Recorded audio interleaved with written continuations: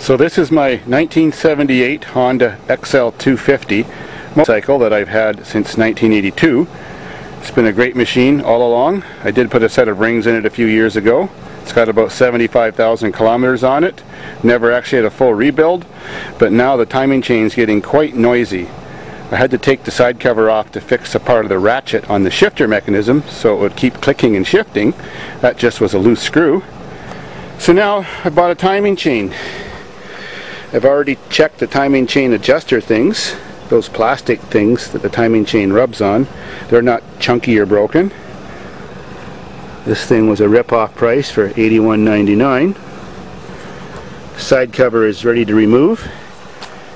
And I've got a new side cover gasket. Of course, you can do this with the engine installed. I just have to take off the gas tank and the cam cover, or rocker cover.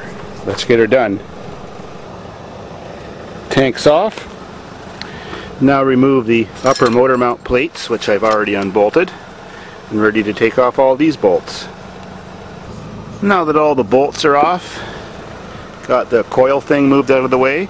I did pre-pressure wash it, so while I was taking this stuff off, dirt wouldn't fall off the frame and land in here. We're ready to remove everything. And it doesn't even matter where your engine's set, TDC, BDC, it can be set anywhere. Now this engine was still in running condition, so the timing marks are still factory set. So if you want to rotate your engine precisely to set it at TDC before you change your timing chain, here's the easy way to do it. Many engines have a cover here to put a nut on the flywheel. There's a nut on the flywheel to put a socket on and just put a ratchet. And then there's this hole. And in that hole is the outside edge of the flywheel, and there's two lines on it. One says T and one says F. F means fire. That line is advanced before top dead center because engines fire before top dead center. And the T mark means the timing mark. That's when the piston is at top dead center. So that's the important one you want to set up to the little V it lines up to. We'll do that in a moment. Like I said, I've already checked, and the plastic timing chain adjuster or slide is in great shape. There's the two adjustment screws. The way this one works is when you loosen the two screws, by its own spring tension, it sucks itself shorter, and that makes it bulge out more. Well, it sucked itself as short as it can be, and it won't bulge out anymore. And the chain is still very loose and slapping the inside of the cylinder chamber. If you drive like that too long, if it doesn't flip the chain, it actually usually rubs a hole in the front side of your cylinder chamber. Then all your oil starts leaking out. Unless you can make some sort of redneck patch, you can't drive your bike anymore. It leaks too much oil. Here's a better view of how loose it is. Even though the tensioner, which is this is the bottom of, is set to move fully over that way, there's still so much slack. Even if you could move it over more, it would just cause the chain to rub and cut a deeper trench where it's already rubbing. Luckily, this slider is in good condition when it wears through. That's the one that wears through your cylinder. Well, now I'm working on a gravel area, so I've set down a clean rag. So when I take stuff apart, if anything falls, I won't contaminate it and I can find it easy. This part is the magnetic head that rotates. It's got mechanical advance built into it. And there's the pickup reader there that sends a trigger signal to the CDI box, or capacitor discharge ignition box. So on the other side, the magneto makes the energy, and this triggers the transistor in there exactly when to fire and advances it to when the motor revs. So I'm going to take off this nut and see if I can remove that main drive gear so I can slip the chain off. I've never done one on this kind of bike before, so I'll either try it the professional way, and if it doesn't work, I'll show you a sneaky redneck method, which is really easy, but you got to do it right or you'll screw your engine up.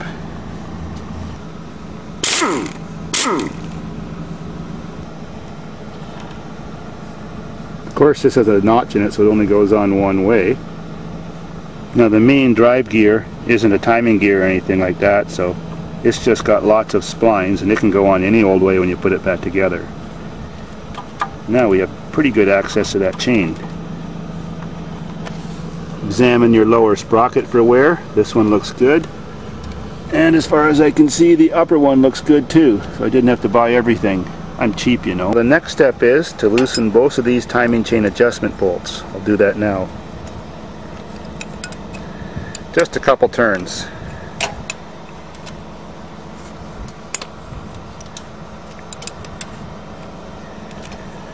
Then you get something long and skinny, like a flat screwdriver, and decide whether you want to use the top or the bottom to pry on that adjuster and squish it over, which will then cause it to raise up. Once you've got it all jammed over and raised up and the chain in the loosest position, then you retighten those two nuts and it holds it out of the way for you. Well, in this application, one screwdriver shoved up the bottom against it and one shoved in the top against it did the best job, and I've already got those two nuts tightened, so now I can release them. There, and that thing raised up actually about 1 centimeter. Now you want to loosen your two upper timing chain nuts. So it would be best to rotate the engine till the nut is just above this flat side, because then when you put the socket on it and twist it, it's not going to twist the whole thing around. It's going to use this as a leveling base and just undo the bolt. So I've got my ratchet on the flywheel and I'm rotating this.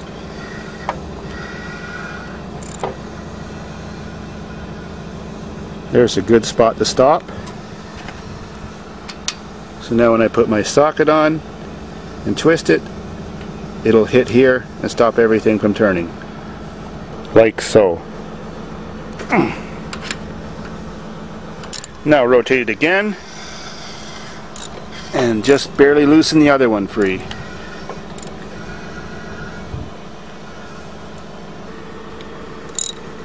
Perfect. If you notice, the sprocket has air spaces on both sides. That's so that when you want to put your timing chain back on and set it to the right position, you know, TDC or whatever, you can drop it down a little bit and it'll drop down about 1 centimeter. Then the chain's loose and you can just pick it up and slip it over the sprocket and put it on wherever you need to do it. I'll show you that in a moment. Now on this motor, TDC compression has got the one bolt facing upwards, and to know the position on your cam in case everything got messed up, one cam lobe is pointing that direction on the way down and the other cam lobe is pointing that direction on the way down. The last thing you want is have your cam lobes pointing upwards. That's wrong. And when you reassemble your motor and put the cover back on, you want to have it in this position too, both cam lobes pointing down. Other side, if you look through this little tiny hole, I don't know if you can see it, but there's two little marks in there, and the one says T and the other one's a line, and I've lined up the line to the arrow.